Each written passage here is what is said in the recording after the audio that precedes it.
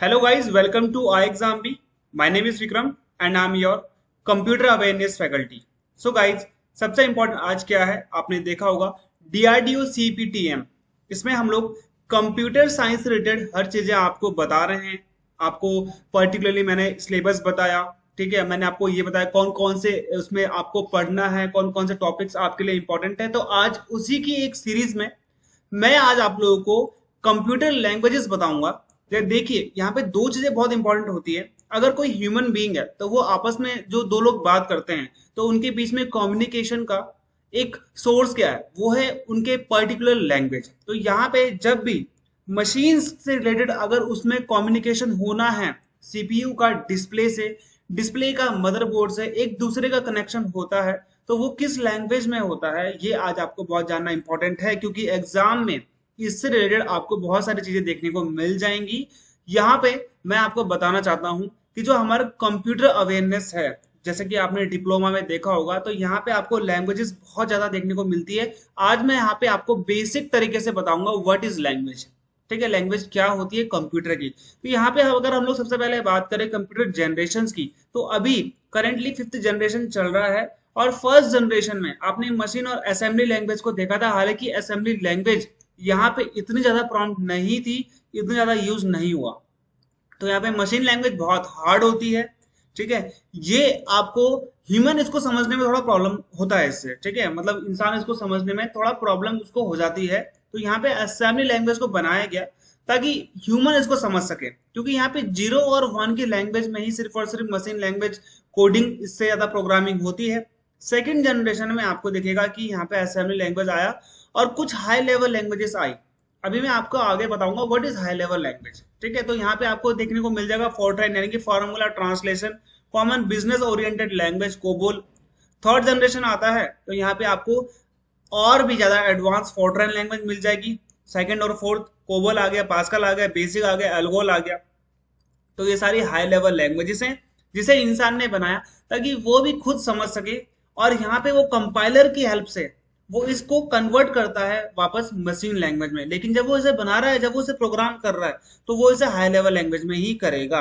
अगर मैं बात करूँ फोर्थ जनरेशन की, तो यहाँ पे फोर्ट्रान का लेवल बहुत हाई हो चुका था, पास्कल और कोबोल भी यहाँ पे आ चुके थे। फिफ्थ जनरेशन में अगर आप लोग देखोगे तो सी आएगा, C++ आएगा, जावा आएगा, .NET आएगा, पाइथन आएगा, स्विफ्ट आएगा। तो आपने बहुत सारे देखे होंगे।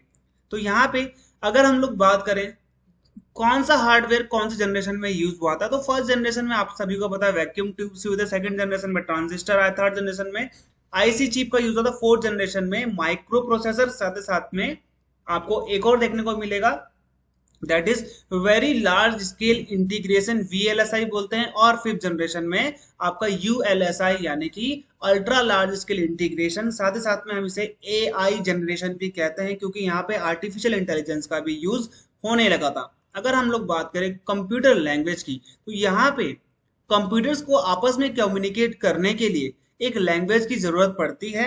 यहाँ पे हम लोग उसे बोलते हैं प्रोग्रामिंग लैंग्वेज। और जो कंप्यूटर होता है वो सिर्फ और सिर्फ बाइनरी नंबर पर ही बेस्ड होता है, सिर्फ उसी को ही समझ सकता है। दैट्स वाई 0 और 1 इसके लिए बहुत इंपॉर्टेंट बाइनरी नंबर होते हैं। इन्हीं दो नंबरों से पर्टिकुलरली वो आपस में कम्युनिकेट कर पाते हैं, ये आपने यहाँ पे समझना होगा। तो यहाँ पे डिफरेंट टाइप ऑफ वर्क्स होते हैं, different types of development, different types of languages को डेवलप करा गया है ताकि यहाँ पर वो लोग आपस में बात कर पाए, इंस्ट्रक्शन हम लोग उनको दे पाए, ठीक है, ताकि वो टास्क को परफॉर्म कर सके, टास्क को प्रोसेस कर सकें। और यहाँ पे आपको बहुत सारी टाइप्स की कंप्यूटर की जो लैंग्वेजेस होती है वो देखने को मिल जाएंगी। तो यहाँ पे दो बेसिक टाइप की जो लैंग्वेज होती है, that is low level language को हम बोलते हैं LLL, and high level language that is HLL। High level language आज की डेट में यूज होती है, बहुत ज्यादा इसको यूज करा जाता है क्योंकि ये इजी टू अंडरस्टैंड है। अब देखिए लो लेवल लैंग्वेज में ना दो टाइप की आपको लैंग्वेज मिलेगी, that is machine language and that is assembly language. दोनों में आपको दिखाता हूँ, machine language and assembly language. देखिए इसमें सिर्फ बाइनरी डिजिट होंगे, यानी कि 0 और 1 होगा। यहाँ पे आपको 0 और 1 तो मिलेगा, न्यूमोनिक जिसको हम बोलते हैं उसका यूज करते हैं, जैसे कि आपका लेटर्स हो गए ABCD, जैसे कि आपके नंबर्स हो गए 0 1 2 3 4 5 6 7 8 9। तो यहाँ पे आपको बहुत सारी चीजें देखने को मिल जाएंगी, न्यूमोनिक बोलते हैं इसको हम लोग। और यहाँ पे ट्रांसलेटर की हेल्प करी जाती है, ठीक है। इसका हम लोग ट्रांसलेटर क्यों करते हैं, ताकि हम असेंबली लैंग्वेज को कन्वर्ट कर सके मशीन लैंग्वेज में। अब ये क्या होती है, यहाँ पे आपने समझना पड़ेगा कि ये पर्टिकुलरली इसको इंसान नहीं समझ पाता, इसको हम मशीन कोड भी कहते हैं, डिफिकल्ट होती है काफी, और ये काफी ज्यादा एफिशिएंट भी होती है, लेकिन इसे सीखना उतना ही ज्यादा हार्ड होता है। काफी ज्यादा इसमें एरर्स आते हैं, क्योंकि इसे लिखते वक्त, कोड करते वक्त मैनुअली कोड करना पड़ता है, तो वहां पे कुछ ना कुछ मिस्टेक्स हो जाती है, और ये सिर्फ एक ही मशीन पर रन कर पाती हैं। या फिर आप मान लीजिए सेम टाइप के गैजेट सेम टाइप की मशीन पर ही ये वर्क करेगी, दूसरे टाइप की जो नई मशीन आई है उस पर ये वर्क नहीं कर पाएगी। तो ये जो, अगर हम लोग बात करें असेंबली लैंग्वेज की, तो इसका जो ऑपरेशन है ये अल्फा न्यूमेरिक सिंबल होता है। जैसे कि अगर आपको एडिशन करना है तो यहाँ पे आप सिंपली ऐड दबाएंगे, ऐड को प्रेस करेंगे या फिर ऐड कोड करेंगे, और सब्ट्रैक्शन करना है तो सब लिखेंगे आप लोग, ठीक है। और ये इजी है, और ये एररलेस इसलिए क्योंकि यहाँ पे इंसान इन सब अल्फा न्यूमेरिक जो वर्ड्स होते हैं, मान लीजिए अल्फाबेट्स हो गया, न्यूमेरिक हो गया आपके नंबर्स, तो निमोनिक कोड्स जो भी होते हैं किसी भी चीज के लिए, वर्ड के लिए, उसको हम लोग यूज करते हैं।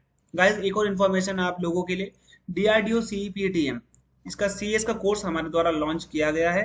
वेबसाइट पे आप विजिट करेंगे, वहां पे आप हमारे मेंटर से जुड़ सकते हैं, मेंटर से आप पूछिए क्या क्वेश्चन है, हेलो @iexambee में भी आप अपनी मेल डाल सकते हैं। अगर आपको कोई भी क्वेरी रिलेटेड क्वेश्चन है, वहां पे हमारे मेंटर्स आपको कॉल करेंगे, आपको गाइड करेंगे, आपको बेस्ट जो आपके लिए डील है वो लेके आएंगे हम लोग, जितना आपको आपको वहाँ पे डिस्काउंट देखने को मिल जाएगा, तो काफी अच्छा है आप लोगों के लिए। और देखिए STA भी, तो यहाँ पे आप देख रहे हो पर्टिकुलरली, ये बहुत अच्छी एक तरीके से पोस्ट होती है, लेवल 7 की जो पोस्ट होती है, आप ये मान लीजिए वो है, आप 60 to 70,000 जो अपनी सैलरी है उसको आप एक्सपेक्ट कर सकते हो इसमें, साथ ही साथ में आपको प्रेस्टीज मिलेगा, आपको वेल्थ मिलेगी, मतलब बहुत चीजें आप इसमें एक्वायर कर सकते हो, और ये आपके लिए बेस्ट है। इसीलिए आप क्या कर सकते हैं, आप पर्टिकुलरली iexambee की वेबसाइट पे विजिट कर सकते हैं हमारे कोर्सेज के लिए। इसमें आपको ऑनलाइन पर्टिकुलरली हम लोग लाइव क्लासेस देंगे, और आपको यहाँ पे नोट्स मिलेंगे, और इंटरव्यू की गाइडेंस भी हमारे द्वारा आपको फ्री ऑफ कॉस्ट कराई जाएगी।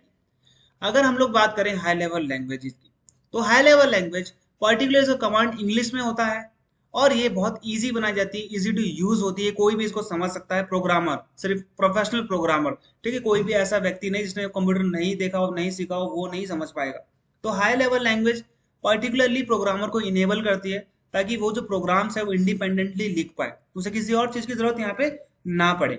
तो हाई लेवल लैंग्वेजेस आज के डेट में बहुत ज्यादा यूज करी जाती हैं, और यहाँ पर प्रोग्रामर इसको रीड राइट एंड मेंटेन कर सकता है विदाउट एनीबॉडीज हेल्प।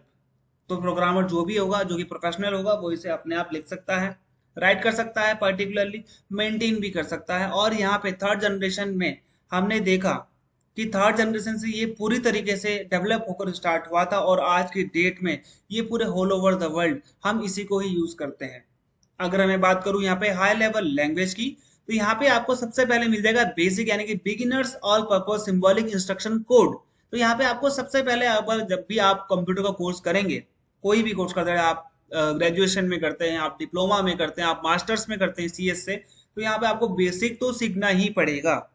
तो यहाँ पे सिंपल से सिंपल कंप्यूटर प्रोग्राम्स को समझने के लिए, को लिखने के लिए जब आप लोग स्टार्टिंग करते हो, तो यहाँ पे आपको इस लैंग्वेज को सीखना पड़ेगा। इसे डिजाइन किया था जॉन किमैनी ने एंड थॉमस कर्ट्स ने 1963 में। उसके बाद आपको common business oriented language, particularly ये ओरिएंटेड किस पे है, आपने देखा होगा बिजनेस पे है, ठीक है। तो यहाँ पे बिजनेस और एडमिनिस्ट्रेटिव पर्पस के लिए हम इसका यूज करते हैं, और इसको हमें पर्टिकुलरली इसको रीड करने के लिए आपको यहाँ पर रेगुलर इंग्लिश देखने को मिल जाएगी, इजी टू यूज है, इसे आप इजीली यूज कर सकते हैं। नेक्स्ट आता है आपका पास्कल। तो यहाँ पे टीच प्रोग्रामिंग टेक्निक्स, आप पर्टिकुलरली आप देख सकते हो कि आपको किसी चीज को, प्रोग्रामिंग टेक्निक्स को अगर किसी को सिखाना है, किसी को पढ़ाना है, तो वहां पे आप पास्कल देख सकते हो यूज होते हुए, और इसको डेवलप किया था निकोलस वर्थ ने। अगर हम लोग बात करें इसी, बहुत ही ज्यादा एक तरीके से ये क्या है, पॉपुलर लैंग्वेज है, जर्नल पर्पस है, जर्नल पर्पस है इसीलिए पॉपुलर लैंग्वेज भी है, और ये साइंटिफिक प्रोग्रामिंग सिचुएशंस में भी यूज करी जाती है।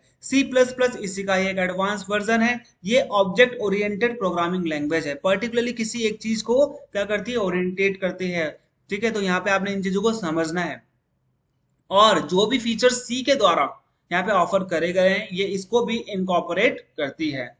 अगर यहाँ पे मैं आपको थोड़ा HTML के बारे में अगर यहाँ पे आपको बताऊं, हाइपर टेक्स्ट मार्कअप लैंग्वेज, जैसे किसी वेबसाइट, जैसे आपने आई एग्जाम की वेबसाइट अगर ओपन करी है तो यहाँ पे आपको जो उसका होम पेज मिलेगा वो आपको यहाँ पे, अगर उन्होंने HTML पे बेस्ड अगर वेबसाइट बनाई होगी तो आपको फ्रंट पेज HTML पे बेस्ड मिल जाएगा। लेकिन जो उसके सब पेजेस होंगे, जैसे मान लीजिए DRD CPTM मॉक टेस्ट, तो यहाँ पे पर्टिकुलरली जब आप इस बटन में प्रेस करोगे तो यहाँ पे आप रिडायरेक्ट हो जाओगे किसी दूसरी सब पेज पे।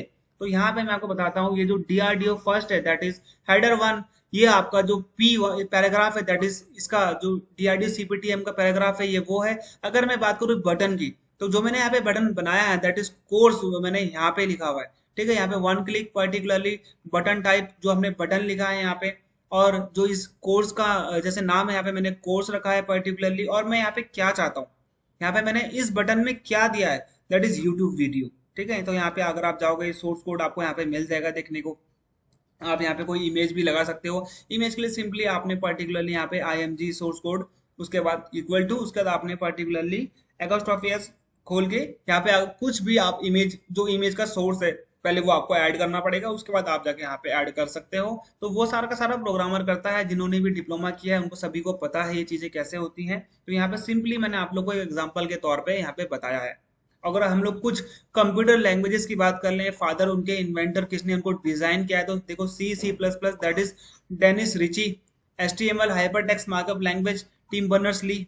ठीक है, डॉट नेट की हम लोग बात करें that is Microsoft corporation, Perl की बात करें that is Larry Wall, Ruby that is Yukihiro Matsumoto. ठीक है, PHP रास्मस लडॉफ। तो PHP का पर्टिकुलरली हम लोग क्या कर सकते हैं, आप पर्टिकुलरली पाइथन का यूज कर सकते हो, किसमें बैकएंड में यूज कर सकते हो that is Python Guido van Rossum.